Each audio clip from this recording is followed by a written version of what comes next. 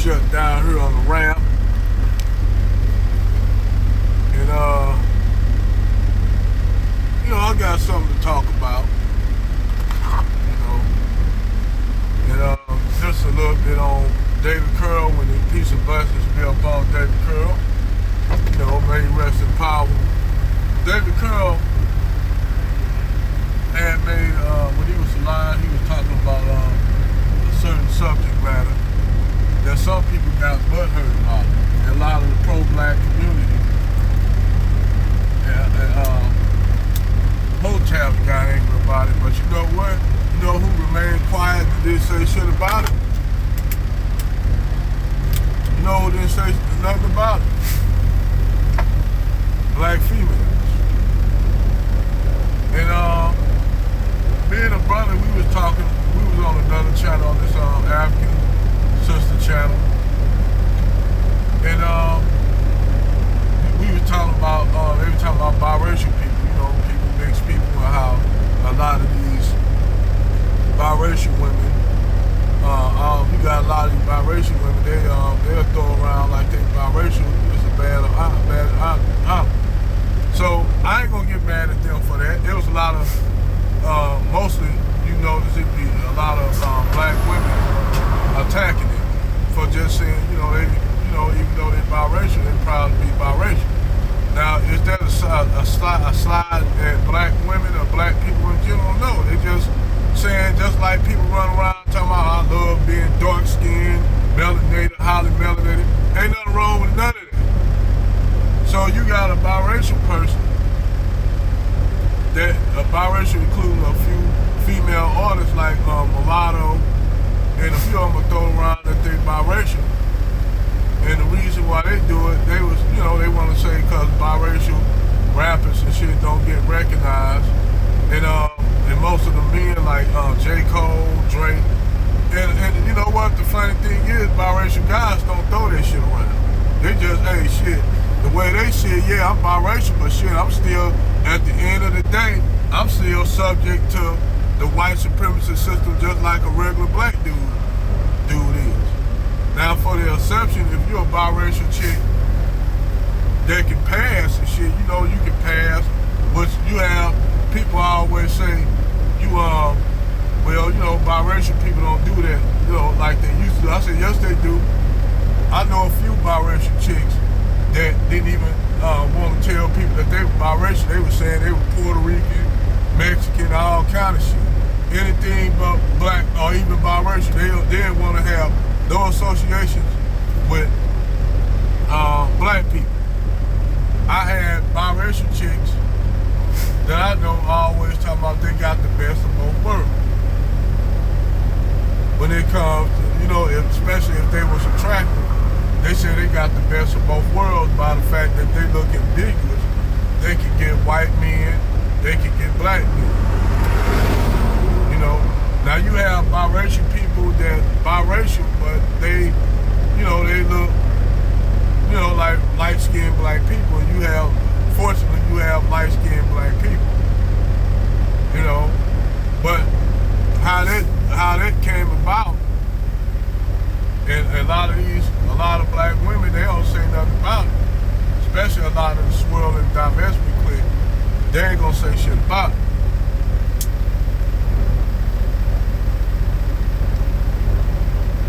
Now, why do you think they don't say nothing about it? About what's went on the plantation with black women? Now, you have for years a lot of, pro-blacks talking about like Umar Johnson running around here talking about black women was raped on the plantation and shit, and they didn't have no choice. And partially that's true. Partially that's kind of true. But however, we know a lot of that, majority of them, bullshit.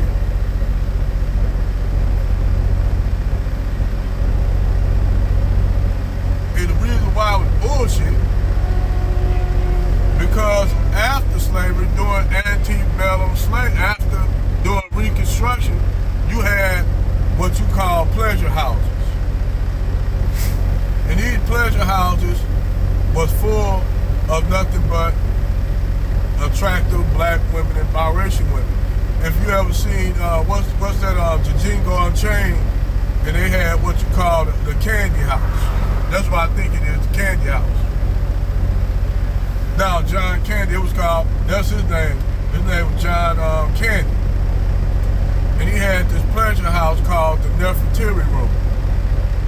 Now it's fitting that he would call this pleasure house the Nefertiti Room. Put two and two together. That means they knew that the ancient Egyptians was black. But they ain't tell them that. That's why they call it the Nefertiti Room. Now, see, reality is, after slavery, you still had some of them white men that had those pleasure houses. They were in what? They had the pleasure houses with the black women. So, a lot of them black women that were attractive, and you would think that they'll run off and you know, go off with all the other people who running out to PlayStation. They had a free will and choice to do so. But you know what? Those black women stayed in those pleasure houses. And those pleasure houses stayed intact into damn near to the 20s and 30s, where they were in red light districts, and mostly they were, you know, in red light districts and shit. In Atlanta, and Nashville, Tennessee, in Memphis, Tennessee, and Mobile, all in Biloxi. They had all those pleasure houses with black filled up with black women. So those pleasure houses were still maintained even during all the way damn near to the end of Reconstruction, and damn near to the Jim Crow era. That's what I was telling brothers when niggas down south, when brothers was getting lynched and just for looking at a white woman, even though none of that didn't happen because they knew the repercussions of that shit. They knew the repercussions. You still have black women who are attractive, needed a job, so what they'll go do, they'll go work in them pleasure houses. And those white Ku Klux Klan members will come up in there, you know, and have the women dressed up like mammies and shit, you know, dressed up, and you know, you know, the regalia at the time, and you know, that's how they got down. They used to have orgies and shit with a whole bunch of black women doing all kind of orgies and shit. Like basically they were doing like ghetto gangs. So when they talk about why you got a lot of these light-skinned people in the black community, that's the reason why you got a lot of light-skinned black people. You know? Also, what they ain't gonna tell you, what a lot of these Aboriginal niggas ain't gonna tell you, you had Aboriginals in Indigenous Cherokee that had pleasure houses too, full of black women, and certain chiefs of them tribes will go and have 2 or 3 women lay up and have sex with them, you know, and that's how another reason why you have a lot of these Aboriginal black people that were saying they Aboriginal because they want to run around saying they're Aboriginal, but they ain't gonna bring them facts out. See what killed me on this indigenous black shit and Aboriginal shit. Yes, you had Native American, you did have highly melanated indigenous people. That some were darker than me, and some had curly hair due to the fact that you had visitations from West Africa going far back as the damn near 1300s, 13 to 1400s, well damn near to the 1300s by Master Musa in the Mali Empire in the Shanghai. They always been trading with Africa. It ain't nothing new. So when those Africans came over there, some of them stayed over there and intermarried with the indigenous people that were living in America, and that's how you have the black Aboriginals over there right now. They just think that they was there. Now y'all intermarried with those people and in those tribes, especially the Seminoles. Matter of fact, because you got a lot of these Negroes that are always talking about, no, one day ain't bring that many Africans here. And wrong. Y'all just trying to just make shit up, thinking niggas that damn dumb, but they don't read. So y'all could tell them dumbass niggas that shit. You did. And I ain't trying to say you didn't have no black aboriginals. I'm not saying it. But you had, Africa always had contact with the Americans going back damn near to the time of Pharaonic Egypt. That's how you had them big ass Olmec heads, and that's how you had those pyramids in Teotihuacan, because the indigenous people that when the Spanish conquistadors asked them and said they resemble the Egyptian pyramids, and they asked did the indigenous Aztecs, did they build those? They said they were already built when we settled there. They were already there. Some of them they refurbished and shit, but those complexes were already there. And I told a Mexican dude that, he like, you all trying to take our identity? I like, dude, you come from northern Mexico. You ain't nothing but the indigenous people of northern California and European Spanish who intermarried with the indigenous tribes there. You're a mestizo that technically, for any purposes, are a true Californian. That's why with black people, you have black aboriginals intermingled as well, because keep in mind, Mexico was next to Brazil. Mexico was one of the largest transporters of African slavery, along with the Portuguese. So they brought a lot of black slaves from West Africa, from Central Africa and shit to Mexico.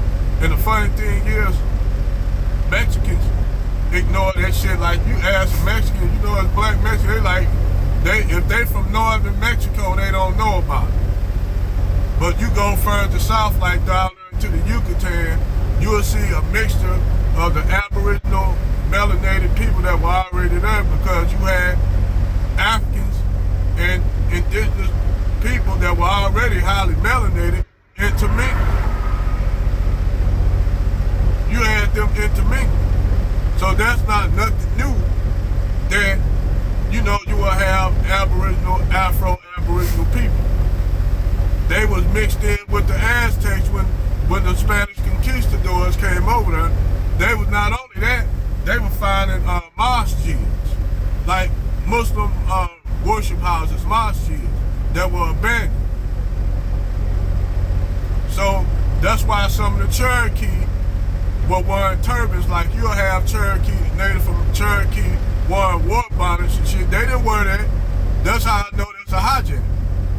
That's a hijack when they have indigenous Native American Eastern tribes did not have powwows. They had their own thing. Culturally, they were different from the Plains Indians, but by that time, when they were intermingling, when they was pushed out west on the reservations, a lot of those civilized tribes intermingled with Plains Indians, and the customs of the Plains Indians, they adopted the customs of the Plains Indians. But if you go and look at Cherokee, the clothing that the Cherokee, the Choctaw, and all of them, they used to sport a turban. Go look this shit up. So, I got a little bit off subject. Let me go back to this. You have black women at that time landing up with white men having orgies and shit. Everybody want Umar Johnson to sit up there and say, oh, they was raped and forced to that.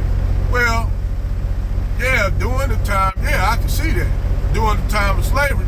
But what about after slavery? Some of those women that were attractive, the black women that were attractive, wanted to have a job. They didn't have nothing to do. They weren't making no money. While they'll snatch the men up and force them to work due to the 15th Amendment. Due to the 15th Amendment, imprison them just for hanging around. The women would go and get jobs working at these pleasure houses, or some of them would work if they weren't that attractive, they'll become maids and servants and shit like that. So still, That's why you have black women still tied to white zaddy. That's why black women worship white men, because they always had a connection, more so than black men. Black women always had a connection to their white man, because a lot of them, it just damn near like it was genetically engineered for them to serve white men. That's why black women can be a feminist, a stark feminist when it comes to your black ass, but be a soft girl era image with white dudes.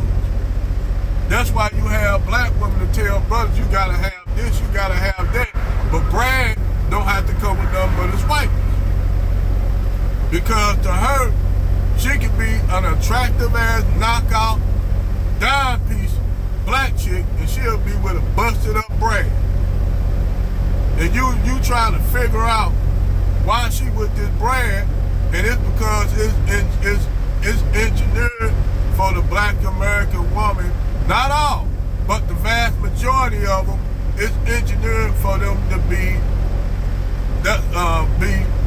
products of white men. That's why these black women run around and say, I'd rather be a white man hoe than a black man's wife. You heard a lot of them.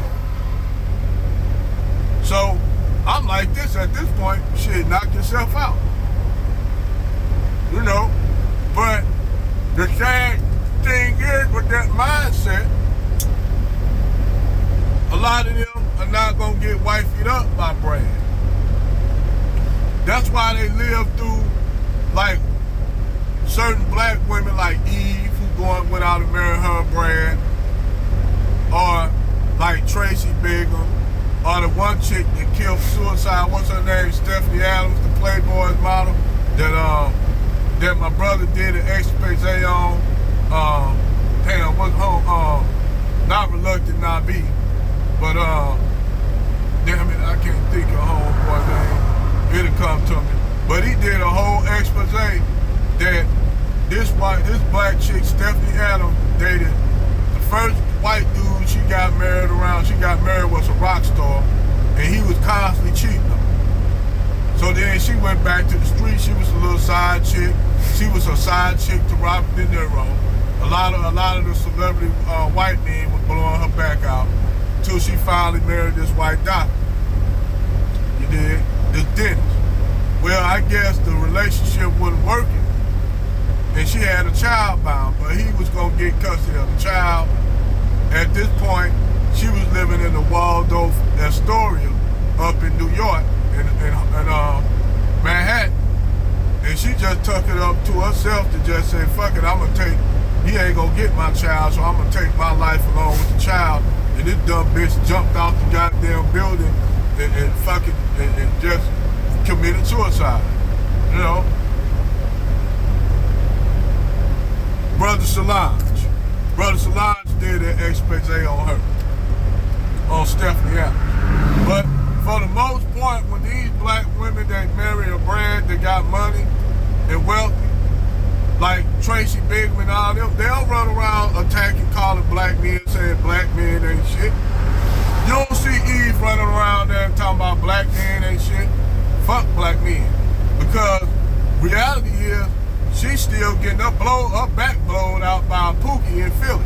And you know how I know? She said that on Vlad TV that she had a side nigga that she would come and hook up with in Philly while she was still dating this brand in the Netherlands. She was still messing around with a Pookie while she was with this rich brand, and she could just say that shit comfortably because she know that white dude ain't looking at no shit that these niggas be looking at. But yeah, Eve came out and said she had a nigga while she was in a relationship with the brand, but getting her back blowed out by a Pookie in Philly, in North Philly. So, far as we all know, she could be still messing with that motherfucker. You know? She could still be messing with that dude. I don't put nothing past female ratchets. These female ghetto ratchets. Women of their ilk. See, keep in mind, I ain't talking about all these sisters, I'm talking about the vast majority of them. And y'all are saying, how can you say that and talk about these women with your wife black or your mama black? I said, look, we gotta call out the fucker. Like I call out stupid